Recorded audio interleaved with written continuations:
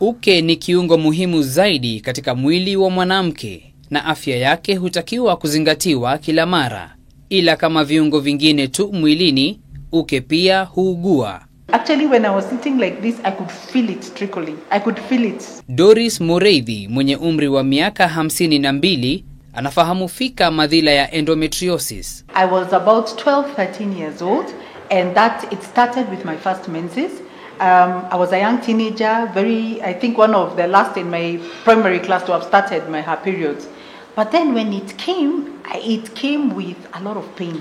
Dorris hata hivyo aliponea kutokana na mkondo wa hedhi yake iliyotokea kila baada ya miezi 4, ila miaka 2 baadaye hali yake ilidorora na kumlazimu kusaka huduma za matibabu. In that time, all they used to look for was PID, pelvic inflammatory disease, or check us for fibroids. Now when they saw that I didn't have either, the doctors just said, don't worry, some girls, they can't handle pain, period pain, so she just needs to be a bit strong, Miaka ikawa imepita, ila hali yake iliyozidi kudorora ilimlazimu kumtembelea mtaalamu wa magonjwa ya wanawake maarufu gynecologist. When the ultrasound was done, they found what is known as endometriomas or chocolate cyst in my left ovary. Katika minong'ono ya madaktari, upasuaji ukaibuka kama pendekezo bora la kudhibiti hali. He did what you call ablation surgery to remove the endometrioma, but he found it was a real mess.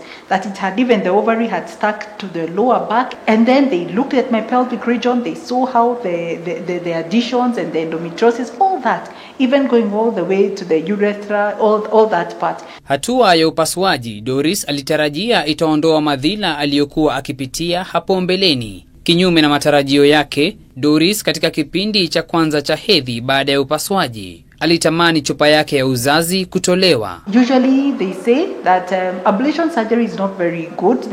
The best kind of surgery for endometriosis is excision surgery when you excise it, because ablation will tend to cause more damage. Hence that's what I was going through.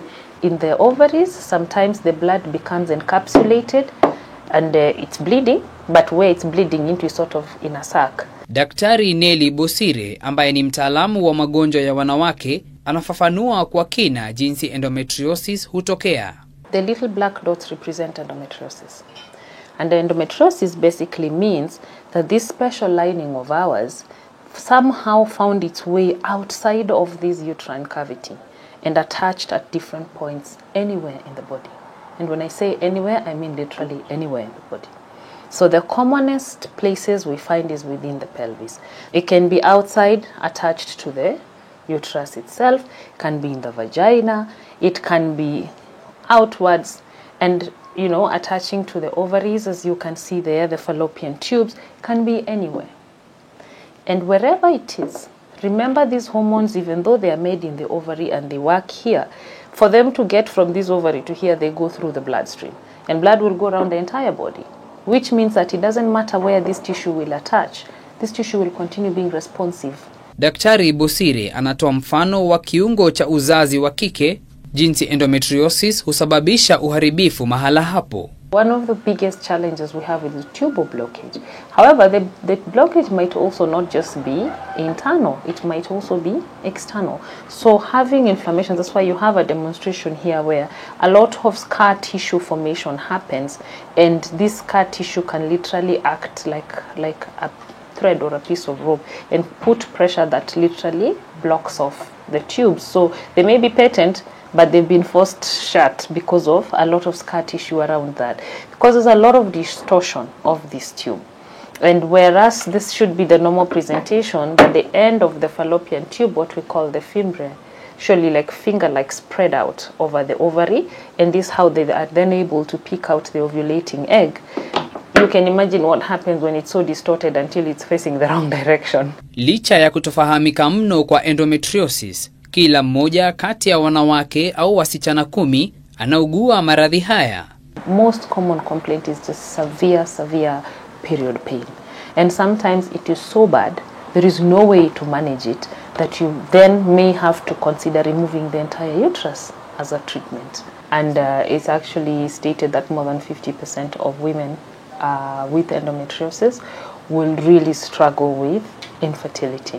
Yote haya Dorris Muriithi anafahamu bora zaidi kwa sasa kupitia kikundi alichobuni cha wanawake walio na endometriosis kwa jina Endosisters. Amekiandika kitabu hiki ili kuwaelimisha mabinti kuhusu afya ya uke. The menstrual disorders education, which covers issues of endometriosis, fibroids, all these gynecological conditions, will be taught from grade 6, which is not bad at all, considering girls and boys are about 11 years old. Ben Kerera, K24, makala ya Siha Yangu.